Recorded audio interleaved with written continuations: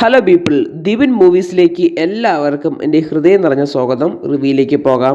2019 September 11 sun യോങ്ങോ സംവിധാനം ചെയ്ത് theatre വഴി പുറത്തിറങ്ങിയ ഒരു ആക്ഷൻ ക്രൈം കൊറിയൻ ചിത്രമാണ് the bad guys regions of kiosk എന്നുള്ള ചിത്രം.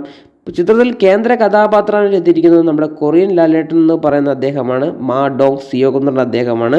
സിനിമയുടെ ഒരു പ്രധാന കഥയെന്ന് പറയുന്നത് ഒരു വെൽ ട്രെയിൻഡ് ആയിട്ടുള്ള അസാസിൻസ് ഗ്രൂപ്പ് എന്ന് വെച്ചാൽ ഒരു ക്രിമിനൽസിനെ ഒരു ട്രാൻസ്പോർട്ട് ചെയ്ത് നമ്മുടെ വേറൊരു ജില്ലയിലോട്ട് ഷിഫ്റ്റ് ചെയ്യുകയാണ്. അതിനിടയിൽ ഒരു അസാധാരണ ഒരു ആക്സിഡൻറ്റ് നടക്കുകയാണ്. അത് എല്ലാം വെൽ പ്ലാൻഡ് ആയിട്ടുള്ള ഒരു ആക്സിഡൻ്റ് ആയിരുന്നു ആ കുറ്റവാളികളെ രക്ഷപ്പെടുത്താൻ. അങ്ങനെ ആ കുറ്റവാളികൾ രക്ഷപ്പെട്ടതിന് ശേഷം പോലീസിനെ കൊണ്ട് കൈ നിൽക്കാത്തതുകൊണ്ട് ഒരു ഗ്യാങ്സ്റ്റേഴ്സിനെ, അവർക്ക് അടുപ്പമുള്ള പോലീസുമായിട്ട് അടുപ്പമുള്ള ഒരു ഗ്യാങ്സ്റ്റേഴ്സിനെ വിളിച്ച് ഹെൽപ്പ് ചോദിക്കുകയാണ്. അതിൽ നമ്മുടെ ഡോങ്ലേണ്ടതിൻ്റെ ഗ്യാങ്സ്റ്റർ, അദ്ദേഹത്തിൻ്റെയും വേറെ രണ്ട് ഗ്യാങ്സ്റ്റേഴ്സും ഉണ്ട്. അപ്പോൾ അവരെല്ലാം കൂടെ ചേർന്ന് ഒരു പോലീസിൻ്റെ ടീം വർക്കായിട്ട് ഈ കുറ്റവാളികളെ തിരിച്ച് എങ്ങനെ ജയിലിൽ കൊണ്ടുപോകുക എന്നുള്ള കഥയാണ് സിനിമയുടെ പ്രധാനമായി ചർച്ച ചെയ്തു പോകുന്നത്.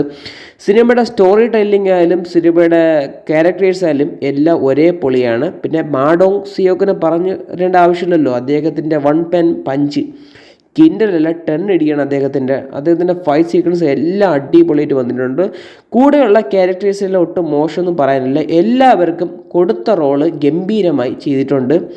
പക്ഷേ എനിക്ക് എൻ്റെ ഫോക്കസ് എല്ലാം പോയതെന്ന് വെച്ചാൽ മാഡോങ് സിയോക്കിൻ്റെ ഫൈറ്റിലോട്ടാണ്. കാരണം അദ്ദേഹം ആക്ഷൻ ചെയ്യുന്ന സമയത്ത് അദ്ദേഹത്തിൻ്റെ സ്ക്രീൻ എടുക്കാൻ പറ്റാത്ത ഒരു അവസ്ഥയാണ്. കാരണം അദ്ദേഹത്തിന് അത്ര ഇഷ്ടപ്പെടുന്ന ഒരു വ്യക്തി കൂടെയാണ് ഞാനും.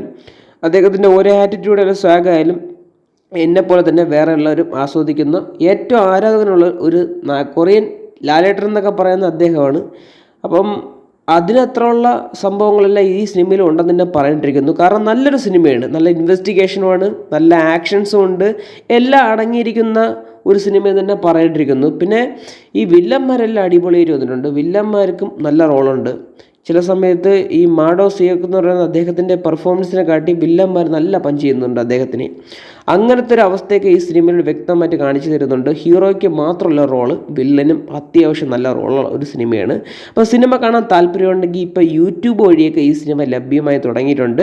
വേറെ അല്ലാത്തവരാണ് ടെലിഗ്രാം അങ്ങനത്തുള്ള പ്ലാറ്റ്ഫോം വഴി ഡൗൺലോഡ് ചെയ്ത് എടുക്കുന്നതായിരിക്കും. അപ്പം ഇത്രയൊക്കെയുള്ളൂ എനിക്ക് ഈ സിനിമയെക്കുറിച്ച് പറയാനുള്ളത്. വീഡിയോ ഇഷ്ടപ്പെട്ട് കഴിഞ്ഞാൽ ലൈക്ക് ചെയ്യുക, ഷെയർ ചെയ്യുക, സബ്സ്ക്രൈബ് ചെയ്യുക. വീഡിയോ കണ്ടതിന് വളരെയധികം നന്ദിയുണ്ട്. പിന്നെ ഒരു കാര്യം കൂടി, ഈ സിനിമ എനിക്ക് ഇഷ്ടപ്പെട്ടെന്നും പറഞ്ഞ് നിങ്ങൾക്ക് ഇഷ്ടപ്പെടാതിരിക്കുക, അത് നിങ്ങളുടെ ചോയ്സ് ആയിരിക്കണം. കാരണം ഒരാളുടെ അഭിപ്രായം ആയിരിക്കില്ല മറ്റൊരാളുടെ അഭിപ്രായം എന്ന് പറയുന്നത് വ്യത്യസ്തമായിരിക്കും എന്ന് ഓർമ്മപ്പെടുത്തിക്കൊണ്ട് വീഡിയോ ഇവിടെ അവസാനിപ്പിക്കുകയാണ്.